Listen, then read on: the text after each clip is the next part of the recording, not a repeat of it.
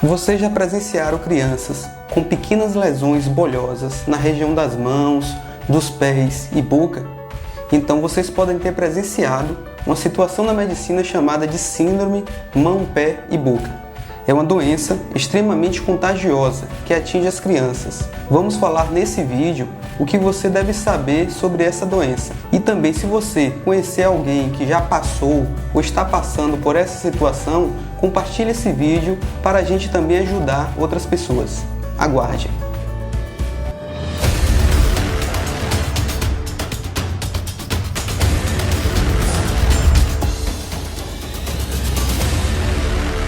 Obrigado a todos aqueles que estão chegando ao canal. Meu nome é Rômulo Freire. Aqui nesse canal a gente fala de medicina e saúde. Se vocês gostarem do conteúdo, considerem se inscrever, ativando o sininho aqui embaixo e compartilhando esse vídeo. Então, pessoal, a síndrome mão, pé e boca é uma doença que atinge crianças, principalmente abaixo dos 5 anos de idade, e o período do ano onde temos maiores casos dessa doença é no período de outono a inverno. A doença ela é causada por uma família de vírus chamada de enterovírus, ou seja, são vírus que ela habita o intestino das crianças. E o principal agente envolvido é o Coxsackie vírus. Depois que a criança ela tem contato com o vírus, para ela manifestar a doença leva em torno de 3 a 6 dias. Na medicina, chamamos esse período de incubação. O quadro clínico típico da doença são lesões nas mãos, nos pés e na boca. Vamos colocar aqui algumas imagens para vocês observarem. Geralmente são lesões que começam na boca, podendo atingir também a garganta da criança. São lesões extremamente dolorosas. As lesões elas podem se transformar em pequenas úlceras, como vocês podem ver, muito parecidas com aftas. Em uma fase posterior, atinge também as extremidades, palma das mãos e plantas dos pés. Além da dor, as lesões podem também coçar. São lesões parecidas com pequenas vesículas, pequenas bolinhas que aparecem e se rompem, liberando grande quantidade de vírus. Por isso que a doença é extremamente contagiosa, devido a essa eliminação desses vírus. Essas lesões podem se espalhar para outras regiões também do corpo e atingir também até a região da nádega. O paciente ele pode ter febre, e essa febre é geralmente uma febre baixa, e o tempo também do paciente estar cometido com essa doença pode variar de 5 a 10 dias. Chamamos esse período do período de recuperação. A transmissão é através do contato direto com as lesões que estão ali, eliminando os vírus. Mas pode ocorrer também contaminação através da saliva, de gotículas contaminadas e até nas fezes das crianças pode ocorrer a transmissão.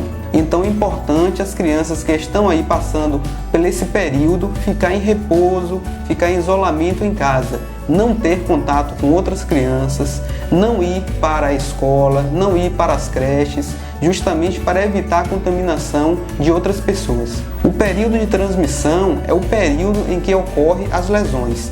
E essa doença ela pode se estender até 10 dias. Uma observação é que após esse período da doença, que eu citei, pode levar até 10 dias, a criança pode ainda manter a eliminação desse vírus nas fezes por um período mais prolongado. Então, pessoal, atenção aí redobrada com a higiene das mãos. Quando a criança ir ao banheiro, é necessário, é importante esses cuidados. O diagnóstico, na maioria dos casos, ele é clínico, ou seja, se o paciente apresentar sinais e sintomas típicos da doença, não necessita outros exames específicos. Apenas os sinais e sintomas pode fechar o diagnóstico. Então, pessoal, se seu filho apresentar esses sintomas, é necessário uma avaliação com seu médico, com seu pediatra. Em relação ao tratamento, não existe um tratamento específico para o vírus. O médico ele vai aliviar os sintomas usando medicamentos chamados de sintomáticos e o organismo da criança é que vai combater o vírus. O tratamento geralmente é na base de sintomáticos, ou seja, analgésicos, antitérmicos, anti-inflamatórios. A hidratação também adequada da criança é importante e alimentos, uma dica aí, alimentos pastosos, frio, de fácil deglutir e também um repouso, como eu já citei, para as crianças. Por se tratar de uma doença autolimitada, na maioria dos casos não tem complicações e muitos casos eles podem se resolver de forma espontânea, mas é necessário uma avaliação médica, pois algumas dessas lesões elas podem evoluir para bacterianas, pois existem outros agentes ali na pele da criança, inclusive as bactérias, e elas podem se aproveitar dessa lesão inicial causada pelo vírus e também causar o que a gente chama de lesão secundária, e as lesões elas podem ficar maiores, purulentas e nesses casos necessitar de uso de antibióticos. Então veja a importância de uma avaliação médica nessas situações. As complicações podem ocorrer em pequena parte dos casos, onde temos um acometimento mais sistêmico. A exemplo do acometimento na mucosa, em que o paciente ele tem muita dificuldade para beber água, para se alimentar, necessitando em alguns casos de uma intervenção hospitalar para a hidratação e suporte desses pacientes. Então pessoal, essa foi a síndrome mão, pé e boca. Até a próxima.